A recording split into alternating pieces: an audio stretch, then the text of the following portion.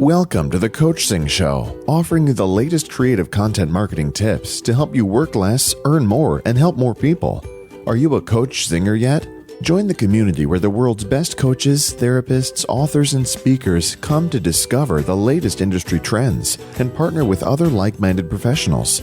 Go to coachzing.com/community to join. And now, here's your host, Doug Foresta. Hello and welcome back to the Coachzing Show. This is Doug Foresta as always, and this is a show we help you, coaches, therapists, speakers, and authors to work less, earn more, and help more people through creative content marketing. And I am so excited to have with me today Jessica Kupferman. She is back by popular demand. We're going to talk about podcasting. We've been talking about podcasting a lot, but you know, there's so many aspects to it, and it's just really interesting. I think the feedback I'm getting from you is that you like hearing about people's stories, what's working for them in their business, and how it's working for them. So we'll keep it coming. Jessica Kupferman is a digital media strategist with over 15 years of experience working in the internet marketing space, combining a mix of creativity and business development. She works with companies and small businesses who want fresh ways of selling and growing online.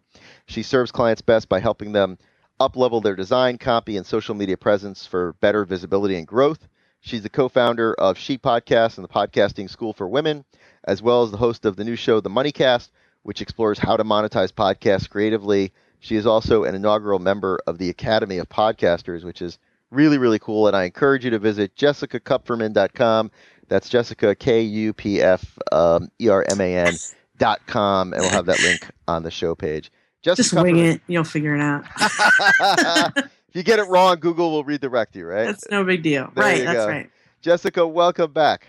Thank you. Thank you so much for having me again. Thank you. So, Excited. yeah, I thought it would be great to talk podcasting. And I know you have a new show called The Moneycast. You've been very successful with She Podcast. I'm curious, what for you, I mean, so one of the questions I asked you is, how is podcasting working for you in your business? Like, what does podcasting do for you? Or what do you get out of podcasting? Well, here's what it used to do for my business. When I was doing Lady Business Radio, it used to bring me clients. I would interview entrepreneurs, female entrepreneurs, and we would talk about their strengths and their story, and I would share some of my strengths and my story, and I would end up getting people who were like, oh, you're a branding person. You're the exact person I want to work with. I know it will be fun. I'd love to work together. Where do I sign? So it was sort of like being served hot leads all the time. And I loved it. And then it's not that I necessarily, I'm not really, how do I explain this? I would say that one-on-one coaching, although I love it in sporadically, I don't want to just do that. I find that, if there's somebody that I really like that I want to help, then I get involved in it. But otherwise I don't want to have like 10, 15, 20 clients a month where I'm just like digging in their website and giving them feedback on it. So once I started my podcast, and not only that, but I've been given more praise and attention for podcasting than anything else I've ever done. Like I'm an okay designer. I'm a good branding person. Like I can see where there are sales opportunities on a website. I'm very good with looking at a podcast and seeing where there are money-making opportunities. But the thing that I've always been told since I started podcasting was it's my personality, that I'm the product. Mm-hmm. And so when you're told that, it's kind of hard to figure out, like, what do you sell? Like, how am I the product? How do I create that? How do I make that? So, how do I productize and monetize that? Right. Right. Or can I? Yeah. Can you? Yeah. So, and so my first attempt at doing that was figuring out, like, okay, what is it that I'm doing though that makes people be able to follow me no matter what other BS I'm getting into? And I sort of put together a formulaic way of building engagement on Facebook and Twitter. I know how to do that. I know how to help people do that by meshing the personal and the professional together to create fans, even if you rebrand like 6 or 7 times. Like people will just continue to follow you and like you. And like Jessica's doing farming now. Let's get on it. All of a sudden, right. They'll all be my milk customers, my cow's milk customers. Yeah, so it does kind of work that way, for me at least. Yeah. But also, I find that I enjoy podcasting enough where I want to make a business just doing that. And so Well, a couple things happened with Lady Business Radio. Like I wasn't planning on stopping Lady Business Radio, but I got pregnant and I had a baby in November. Yeah. And something about being with him and not doing the show, I just didn't want to come back to it for some reason. I didn't expect to feel that way. I had shows pre-scheduled and pre-planned through the end of my maternity. When my maternity came back, I was just like, no, I don't want to have this conversation anymore with people. I'm not sure why, but I just don't want to have this conversation anymore. I don't want to talk about how people decided to start their own business. I don't want to talk about how they coach people. I don't want to talk about how they help with visibility or SEO. I just don't want to talk about it anymore, ever, again, ever. So I stopped. You just stop. I stopped. I did still want to talk about stuff with Elsie, like the She Podcast show. Right. Still interests me because it's about podcasting and the tech around it and advertising it and monetizing it and how to get people as guests and what to do if you have online stalkers, like all kinds of, there's a million topics surrounding that. It's not even just for female podcasters or even just for females or even just for podcasters. Like we just talk about all kinds of stuff. So, that was going along and I was happy doing that for a little while. And then, you know, the thing is, and you and I were talking about this a little before the show, Elsie and I are very different. One of the ways we're different is that she does not like talking about how to monetize things. She just sort of wants the money to appear. She doesn't want to think about like how it's going to get here or what we have to do or launching or semantics. Whereas I'm very interested in what we can monetize, how it's going to work, especially for podcasters, because so far, I don't know very many people who just make money with their podcast. Right. And actually, I asked a question in one of our podcasting groups yesterday, and I probably should have specified who here makes money with their podcast. And I got a lot of business coaches, but they're not making money with their podcast. They're using the podcast to make money with their consulting, which is still valid, but not necessarily what I want. Like John Lee Dumas is a perfect example because that podcast was his only skill. And then he started teaching other people how to do the one skill he knew. I mean, obviously he had other skills, but you know what I mean? Like he wasn't sending people to, like, all he wanted was to do that show, the end. I don't think he like knew he was going to tell other people how to do a show like his, or that he was going to tell, you know what I mean? No, not at all. And I'm really interested in what you're saying, because to me, what I always say is that John is such an outlier that when you look at John Lee Dumas and say, wow, you know, John makes a lot of money podcasting, I should do podcasting. It's like looking at LeBron James and going, yeah, wow, you know, basketball is a great thing. Look how much money I can make. Yes, but you can only make money. But let's compare these two. Okay, so John makes money podcasting, and so therefore I can do it. So if you were to say that about basketball, first what you would have to say, if you were John Lee Dumas, is I'm going to have all my limbs lengthened. Exactly. I'm going to take a ton of, like, not necessarily basketball courses, but I'm going to have Michael Jordan tutor me. Yeah. So that I can have the best basketball, you know, whatever. And then I'm going to have, every time I make a basket, I'm going to have someone lift me up so I'm tall enough to reach it. Because he had a ton of help from the beginning and a ton of money to invest in advertising and a ton of money to invest in mentoring. And most people, when they start, don't have that. They have John. And John also, I mean, I know from talking to John that he quit everything else, right? He didn't everything, right? It was everything else. That's right. And most people don't do that either. I did. I mean, I already had my own business. Yeah. But yeah, most people, they can't dedicate their whole life to it. Right. So it's very hard to make the John money. And I don't even care about making John money. I just want to make a decent enough living where I don't feel like I'm doing my shows for nothing, because if, again, I'm the product, if I'm the thing that people want to listen to, then surely there's got to be a way to monetize it. If it's voiceover work, if it's doing other people's podcasts, like, can I pitch corporations and offer them a weekly podcast for X amount of money? Can I get sponsors for now that we've built this community of 2,000 people in the Facebook group, how much is that worth to a sponsor? How much is it worth for this, because it's not going to be 100,000 downloads a month because they're women podcasters. It's like 13% of the podcasting population. But how much is it worth to a spot? So that's why I started the moneycast, just because Elsie doesn't want to really talk about it. And not because I'm doing this on my own, but in a lot of ways, like when we were doing a workshop at Podcast Movement and I was trying to get sponsors for the event, like she's never done that before. She doesn't really want to hustle. It really was me kind of just like, I check in with her. What should we do with this? Okay, I'm off. And so then I would go on the moneycast and be like, okay, here's what our plan is. Here's what Elsie said. Here's what I said. Here's what I tried. Here's my template. you guys try and see what you think. This is how much I made. This was where I made a mistake. And then the other part of the MoneyCast show is interviewing people like you about what you've done so far to be successful, what hasn't worked, what has worked, and where you're going with it. Because I feel like more people are in the boat that I'm in, which is this is all I want to do. I don't want to go to work all day at MBNA like that, like Bank of America, and come home and podcast in my basement at midnight. I want to do this all day. How? So was that too long? That was like the whole interview. That was it's really interesting. And you know, I have the same exact thing where it's like, this is my love. How do I do this all day long? And more I am doing it all day long. And is it the thing you're the best at? It seems to be the thing I'm the best at. Yeah, so, definitely. So how can you not make money doing it? There has to be a way. Right. I love that, because there has been an accepted kind of belief that, well, no, you don't make money with podcasts, right? Like podcasts don't make any real money. I mean, most people don't. And so I'm really curious, like, have you spoke to people? Is there somebody that you can look at, you know, let's take John Lee Dumas and put him aside. Okay. Is there anybody else that you can look at and say, yeah, that person's doing it, you know, and not crushing the numbers, not necessarily getting like those outlier numbers, but somebody that has, you know, a regular podcast with a good following. I'm curious if you've seen anything. Like Srini Basrao. Yeah, Srini is great. Yep. He doesn't really sell products. I'm actually interviewing him right when we get off the phone. Actually, awesome. He's great. He's and so I'd be very interested to know, because I know that the money isn't exactly his first and top priority. No. But that said, he must be making a living doing it, even though he hasn't always.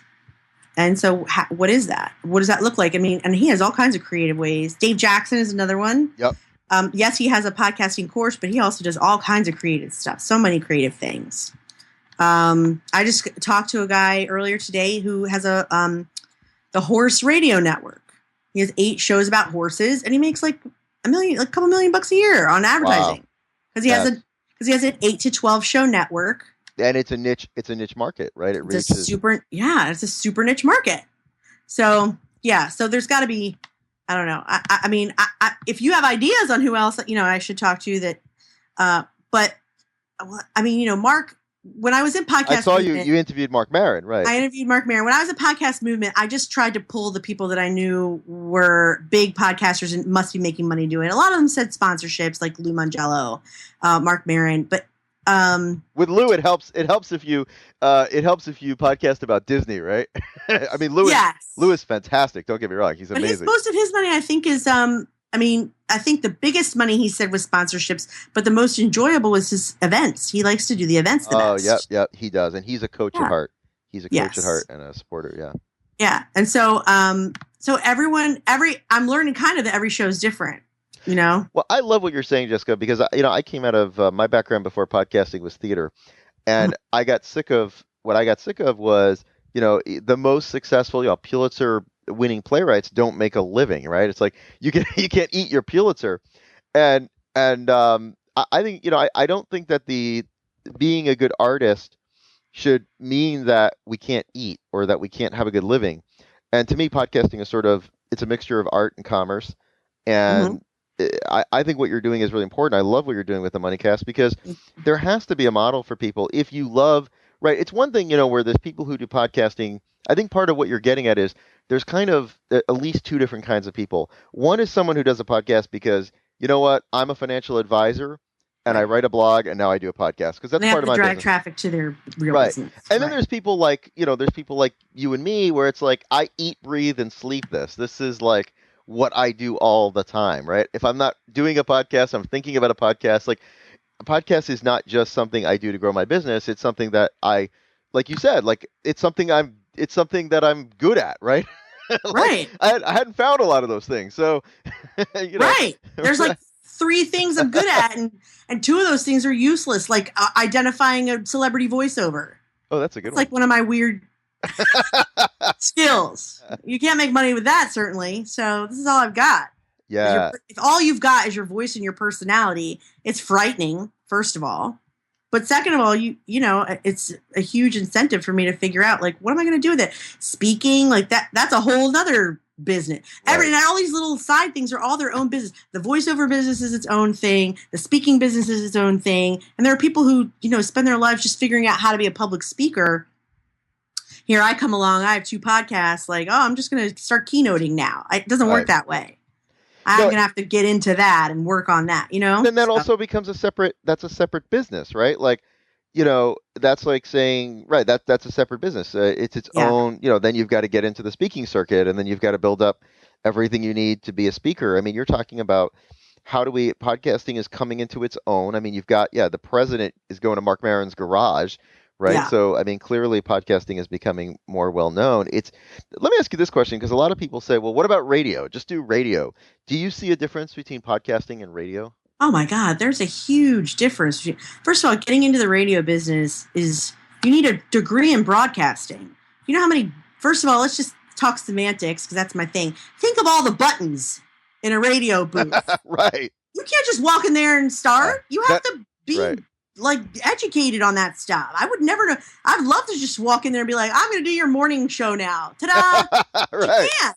You have to be an intern, and then you got to get people's coffee, and then you got to watch what they're doing. And then there's a whole thing about going to break and, and I know some about the business because I have been in media, I just because I know it, but that doesn't mean that, there's a huge difference. And it's not on demand. You have to listen live. Right. Unless you're, most people are, if they're work from home or unless you're in the car, you don't listen live.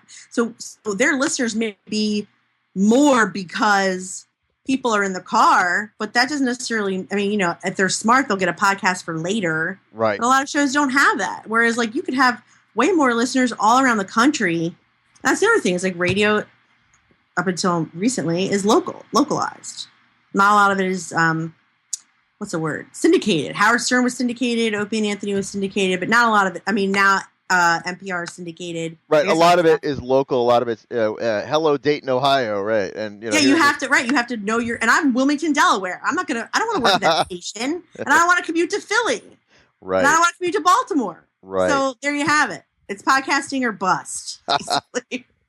Basically. It's interesting because there's a growing number of people, right? There's a growing number of people for whom podcasting is its own thing, right? We've caught the bug, and we want to do this. It's like we want to do this. I'm curious. Can you think of? I'm trying to think of something. What would be analogous to this? There's bloggers, right? Having bloggers. a YouTube show. Yeah, YouTubers, right? There are people who are YouTubers who do well. Bloggers. I tried that. It was a lot of work. Yeah, I would imagine. Yeah. It's so much work. And I'm actually more skilled at that because my dad was a video producer. I know a lot more about camera angles and lighting and stuff like that. But the work was really setting up a shot, knowing what I was going to say, the scripting, the teleprompter on my iPad, getting my hair to look normal. You don't have to do any of that when you just have a podcast, an audio podcast. Absolutely. So much easier. Yeah, no, it's a very good point. And then, it's I think of bloggers too, right? So my buddies Dan Morris and Rachel Martin from Blogging Concentrated, there are people who make a living. They're just bloggers, right? When you say, what do you do for a living? You're just a blogger. But somehow with podcasting, we don't really see a lot of that yet, right? You can count on one hand probably the people that are making real money off of podcasting. Yeah, so far. But you're changing that. I'm hoping it'll change quickly. And I don't know what the answer is. Does it mean having a network? Does it mean pitching yourself to a network? Does it mean, I don't know what it means, branching off to use your skill for other things? If my big skill is being funny, do I need 5 shows where I'm funny about 5 different topics? Is that going to make me money? Is it going to be that I'm funny to speak? I just don't know. I really don't know yet because it's still new for me. I wish I had started 10 years ago. But honestly, never occurred to me. How could you have 10 years ago, really? Yeah. Right? A lot of people that started in 2006, they're the bold pioneers. Exactly. It's bold. Oh, I'm so glad you started the MoneyCast. Is that sort of part of your own thing? Is this is your own exploration of figuring this out? Yeah. I'm figuring it. As far as Elsie's concerned, I'm sure she'll be on the show a couple times just to talk about what we're doing podcast. But yeah, she also works for Libsyn. She also gets clients on her own. She's been doing podcasting for a long time. She's really good at the audio editing and tech, and she knows a lot more about podcasting itself than I do. In fact, like I said, since I'm trained in video, it's kind of like trying to learn Spanish after you already know French. Like every time I try to learn about audio, I'm just like, I don't even know what these megahertz, like what is that? I still don't get it. How many megahertz? In those terms. Right, exactly. You know, it's hard for me to think in those terms, so I'm not good at that part. I don't want to be like all swag and say like I'm just good at being the talent, but so far that's it. So far that, and I know how to make and I know how to do advertising packages because I used to work for newspaper websites, and I would put together media and ad packages that would include internet advertising and print advertising for like Philly.com. So I know that when you put together an ad package, it can't just be about downloads. It's got to be about downloads and website traffic and email traffic and Twitter traffic and Facebook, and all that stuff goes together. And then you put together a package that includes, okay, this audio plus this in your email plus this on your website plus this many tweets plus this many Facebook posts equals more money than if you sign up for mid-roll. Right. That's what I know. Got it. That's great. You know, and so I'm not ever going to sign up for one of those until they can give me the same kind of money I can get on my own, because it's about platform, not downloads. Downloads is a ridiculous way of, because I mean, just with She Podcasts alone, like my Twitter followers, Elsie's Twitter followers, and She Podcasts Twitter followers is like almost 20,000. Who cares how many downloads we get? I know. Who cares if no one listens? Right. You're reaching. I mean, in terms of your reach, right? In terms of your visibility. Yeah. Right. Even if somebody, like, what do I care? Let's say if I'm advertising whatever it is, consulting services, if people see, whether they listen to the podcast episode or not, if they see my name and they see, right, if I'm getting that reach, that should be worth it regardless of downloads, right? Right. So I have that skill. So I could probably make money, like if somebody like you or someone listening is just like, I have this podcast, I have no idea, like who would I approach? Yeah. How would I approach them? What kind of ad package should I offer? You know, I could just be like, oh, well, you have this and this and this, and let's forget about this because no one's looking at your Instagram anyway. And we'll just package this together, and here are the 3 tiers, and here's what you're really selling. You're not selling your downloads. What you're selling is this audience who loves horses. Right. Yeah, so I've always felt that way too. Yeah, because you're not going to go after sneakers. You're going to go after cowboy boots. Right. Yeah. Absolutely. And it's the total package of what you can reach and the. So does that work for you? I mean, not to get all. Now we're turning it into my show, right? Yeah. Well, I'm very excited because I'm going to be on Moneycast, so I'm excited about it. I'm excited too. So, but have you been able to sell via download and platform, one or the other, or have you not even tried yet? I've never really cared, because what's grown more for me is helping companies and organizations and even government organizations start their own podcasts. So I do a lot more consulting and producing. Oh, you do? So that's been more. That's really been where I've grown things. I've never really cared that much. I suppose one day I should. Maybe Elsie. Maybe I've fallen too far in the Elsie. Elsie. What? Are you the Elsie? I'm. Well, no, not in the sense of. I mean, I've always cared about how to monetize and how to make a living with podcasting, but I've never cared whether that came from consulting or doing sponsorship. Like, as long as the money's in the bank at the end of the day. Like, it's never been a drive for me to say, wow, I've got to get sponsors. Like, I don't know, and maybe at some point it should be, but I just haven't. It just has never been a drive for me. Okay.